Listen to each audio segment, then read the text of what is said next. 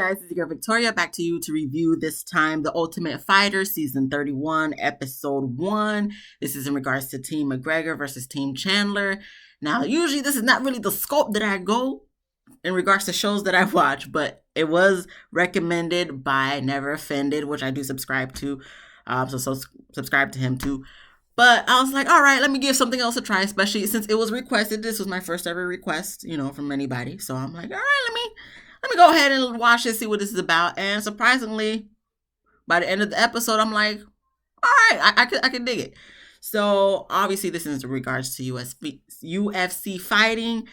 I have 3 older brothers, so this is not my first rodeo. I ain't gonna pay for the pay-per-view fights, but if my brothers pay for it, I'll go and watch. Not because I want to, necessarily watch. It's not really my interest, but there's usually food there, so that's why I go. So I do, I know McGregor, Conor McGregor. Do I know Michael Chandler? No. Honestly, no. And I only first heard about Conor McGregor from watching a YouTube video way back when years ago, where someone pretended to be him and walk the streets.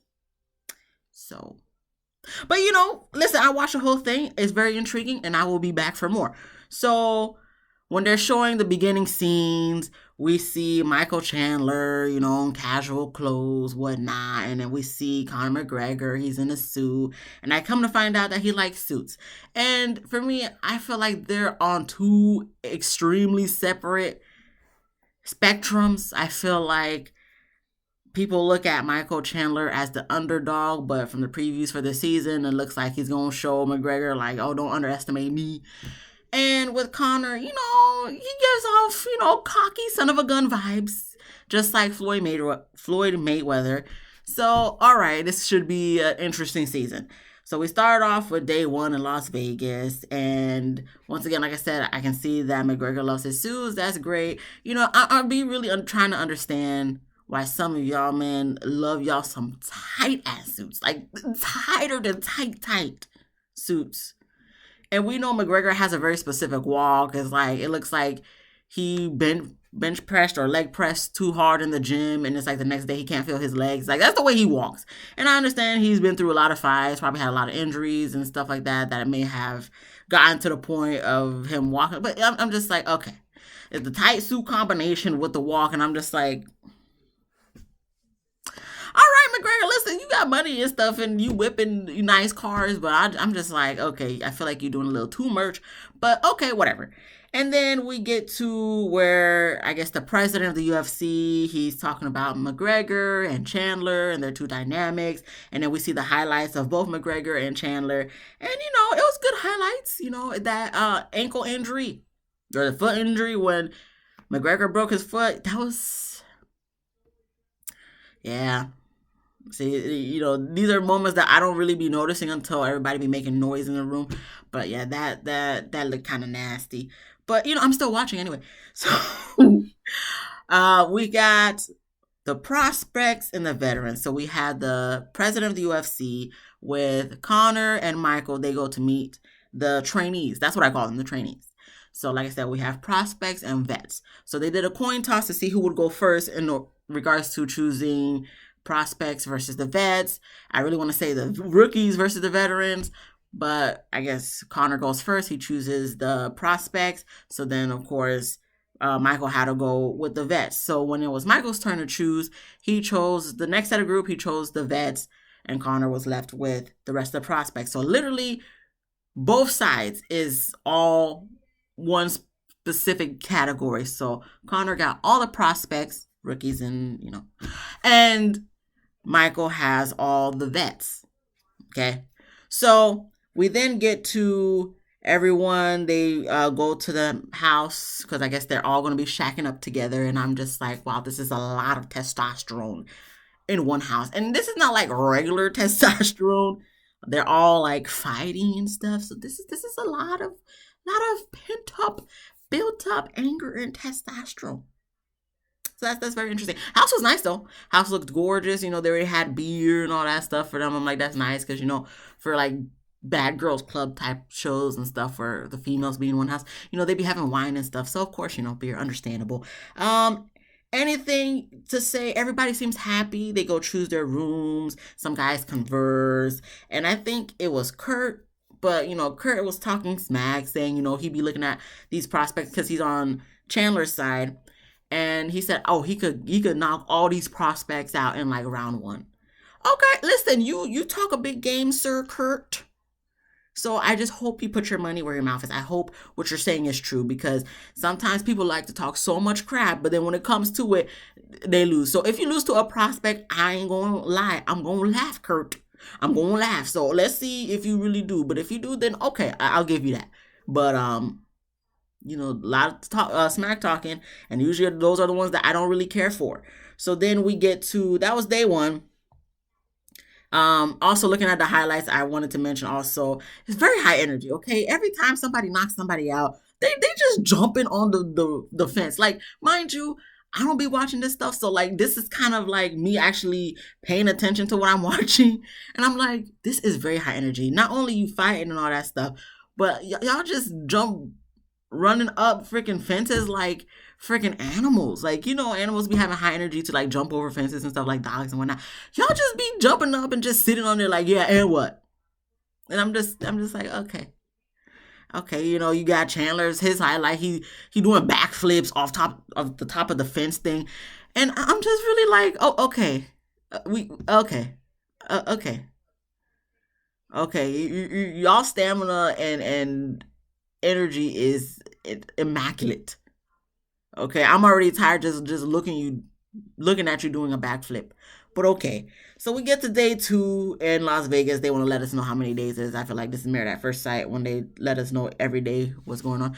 But yeah, the guys get to the first training session, and I think on both ends it goes well. What I will say is with Michael and his team, he was just like watching them over them, saying, okay, we're doing good, this is that. But I did like the training session with Connor, because he did, get into his gear and, did a little exercise with them, training with them, and did also kind of do some fight moves with his trainees.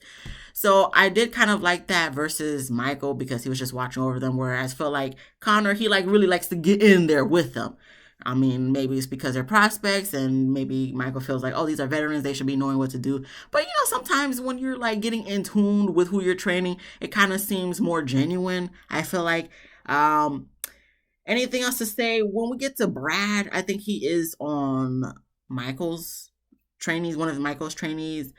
He calls himself a gangster. When he said that, I'm like, okay, listen, Brad, I ain't saying you're not a gangster, but like when you have to let people know you're a gangster, you're probably not a gangster. I'm sorry, okay? I call myself a G all the time. Am I a G? No, absolutely not. Your girl cried watching Twilight, okay? I'm not, no. So, Brad, listen, you don't look like one, I know, don't judge a book by its cover, all that. Yeah, I get it, okay?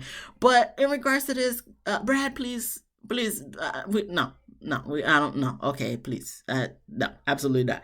And anyways, we move on to Connor and Michael. They're going to be choosing who's going to be fighting who. All right, so they choose going against 8. I don't remember how many people in total there were. I believe it was 16, 8 on each side. But,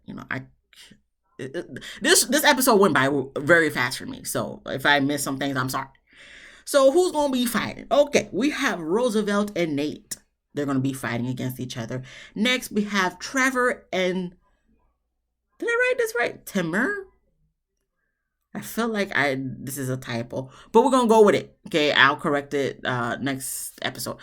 Next review. So, yeah, Trevor, Timur are next. Then Austin and Adam. Then it's Mando and Cody, Brad and Carlos, Lee and Kurt, the one who talks so much crap. Because even during here, the face-off, he was talking so much crap, like, oh, I could take him, da-da-da. Okay, once again, Kurt, you love to talk so much smack, but let's see if you really, you got what it takes, like, if your actions back up your words. Because, like I said, people who be talking so much crap be the ones who really don't be doing nothing. So, we gonna have to see. And then we have Jason and Landon. And lastly, Rico and Hunter. Rico, this velvet robe on. Didn't y'all just exercise? I mean, did y'all shower before this scene? Because if you did, oh, I guess, but like you the only one here with a velvet rope on. And from the lettering, the stitch on it, it looked like you got it from personalizationmall.com. So I don't know what he was doing here, but Rico, I don't know what you was trying to do, but it didn't work. Anywho, these face-offs. For me, I'm just like, yeah. And y'all live in the same house together. Yeah, y'all created tension. This tension for real. Because I'm like, y'all kind of was cool, but then it's like now you're gonna have to be fighting this person, so you have to do the face off, like all up in each other's faces, smelling their breath and all that stuff, possible body odor too, and God bless, because to me I'm just kind of like that's too close for me. Okay? I'm a person, I don't really like all up in my space like that, unless you're certain people. But okay, I know they got to do this for the UFC. I know this is their thing. Okay, this is just me, a bystander, watching and just giving my opinion on it. I don't know what they be talking about sometimes when they let us know their stats. Okay, I don't know what you're saying. 4-4, 3. I don't know what they're talking about. Okay, but by the end of the season, maybe I'll know a little bit more. Okay, give your girl a chance. Okay. So after that, we have a scene of Nate. He's looking at a picture of his wife and kids, and he gets emotional. From this moment, I should have known. I'm like, okay, Nate is a crier. Nate is a sensitive guy, and there's nothing wrong with that. Absolutely nothing wrong with that. But I'm just like, for this scene with these high strung out testosterone men,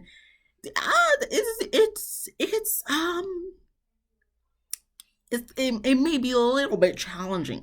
So this is where we have the scene. We learn about Nate and his family, his little portfolio. He got a little bit of a portfolio under his belt, so I'll give him that. So I guess this is to have us, get to know the people more. Because in the beginning, I was like, who are all these people?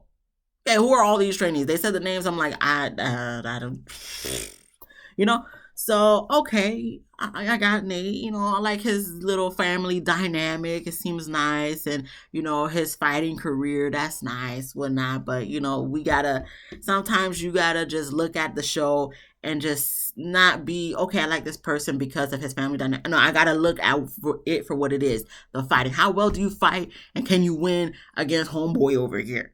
Okay, so then after his little montage of his life, we get to Roosevelt. We found out about his career, and pretty much it seems like he was doing okay, but then he was kind of on a decline. So he's letting his decline be the motivation for his come up. All right, that's cool. Getting knocked down is a lot of people's motivations for getting back up and surpassing where they were before. Okay, I ain't knocking it. So then we see a scene where he. Oh, that was later on. Okay, before they go to their fight prep. Okay, so we have Roosevelt, he goes to his fight prep, it goes well, and we have Nate, he goes to his fight prep, it goes well. And then we have Roosevelt, Kirk, they're grilling outside, and they talk about, if they was on Connor's side, their personalities don't mix, so it probably wouldn't have gone well. All right, listen, this is what we talking about. Lies, okay? Maybe you may think that deep down inside, but if you was initially on Connor's side, you wouldn't be saying none of this. So I don't want to hear it talking about, I'm glad I'm not. Okay, and if you were, then what? You gonna be like, oh no, we don't mix, so I'm just gonna leave? No, you're not. So shut up, both of y'all, especially Kirk's ass. You talk so much crap. I don't want to hear nothing you gotta say. Roosevelt, please don't turn into Kirk, because you seem likable. Kirk, not really on my end, but we gonna see. Like I said, if you're on the ring and if you really be about what you say, then I could be like, all right, Kirk, all right, I'll give you a chance. But for right now, Kirk, I ain't trying to hear nothing you gotta say. And then for Roosevelt, he FaceTimes his kids, so that's where we get the softer side of him and his kids and all that stuff he got going on. Okay, cool. And then we get to the weigh-ins. Chandler notices that, Connor's nowhere to be found. Where is he during this weigh-in? Listen, Connor's a busy man. He probably has some, extracurricular activities to get to. I don't know. But, Chandler, like, kind of not necessarily pokes fun, but saying, well, this is an important thing. If you're the trainer, you should be here. Which Michael, I'll give it to, yes, technically Connor should be here. But at the same time, that man's a very busy man. I'm sure he got things booked for every day for the next 4 or 5 years. Who knows? But let's just focus on your training. Okay, Michael, focus on your training. So we do the weigh-ins, and we have Roosevelt. He's weighing in at 156 pounds. Then we have Nate. He's weighing in at 155.5 pounds. Okay, so they're pretty much the same weight. Once again, like I said, since I don't know too much about UFC, I believe they have to be in the same weight category in order to fight, I think. So, I mean, if anybody knows this more than I do, which I'm sure a lot of you do, especially if you're going to be watching this review, let me know, please, in the comments. Educate me. So by the time the end of this season, I could be like, okay, yeah, this is what it is. This is what it, okay. So please help me. We get to fight day. And when they're showing the stats of both Nate and Roosevelt, I'm like, Nate, he's 29? And Roosevelt is 28? Roosevelt, you are a hard 28, okay? Nate, you kind of a hard 29 too. Y'all not 30. Yeah, fighting, I guess, does a lot to you in the body. And but for me, I'm like, y'all not in y'all 30s. And why do I have a feeling they're not even the youngest people on here? Anywho, so we get to the fight. The part that people be waiting for. We get to the fight. The fight, I kid you not even 10 seconds. Not even 10 seconds. Roosevelt brings Nate to the floor. The fight's over. Roosevelt wins. Nate lost. And then Nate, poor Nate. God bless Nate, okay? Nate's like, I'm out. No, I'm not out. Nah, bro. The ref said you out. Nate, I'm so sorry. Roosevelt got to, obviously, like I said, they're high energy. So Roosevelt climbs up the gate thing. And, he's feeling on top of the world. And you got Nate feeling under the world. Everybody on Michael's side is congratulating Roosevelt. You can tell Connor is upset that, Nate already lost in 10 seconds. All this hype up for 10 seconds. And Nate goes backstage and he proceeds to shed some tears. Once again, there's nothing wrong with being sensitive. And, I do appreciate the fact that his team was supportive and they try to hype him up and, letting him know. I don't remember who exactly said it. If it was Mondo or Landon, I feel like they look alike to me. I'm so sorry. But anyway, one of them, maybe someone else too, they hype him up, letting him know, like, listen, don't stay in that spot. It's okay to be frustrated. It's okay to be upset, but don't stay in that, misery, So he's crying. Here goes the freaking producers asking Nate in his little confessional, oh, what would you want to say to your family and friends right now? While he's crying on camera. And he says, I just want to say I'm sorry and, I let you guys down. And, it's so sad because I was rooting for Nate in this fight. And, he let me down. Nate, you let me down. But I don't want to say that because I know he already feels so terrible. I would too. I'm not going to lie. I probably would cry too. But, it definitely not going to be on camera. It's definitely not going to be on camera. I'm going to the bathroom. I'm going to turn my mic off and I'm going to boo-hoo cry in the bathroom. Okay, you're not going to see me crying. I mean, if anything, you may see me coming out of the bathroom with some red eyes. But that's about it. You not finna catch me crying. Absolutely not. Okay, listen. No, absolutely not. So, poor Nate. I feel for you deeply. I wanted you to win. But in this case, I mean, I got to give it to Roosevelt, man. He got you within 10 seconds, bro. Within 10 seconds.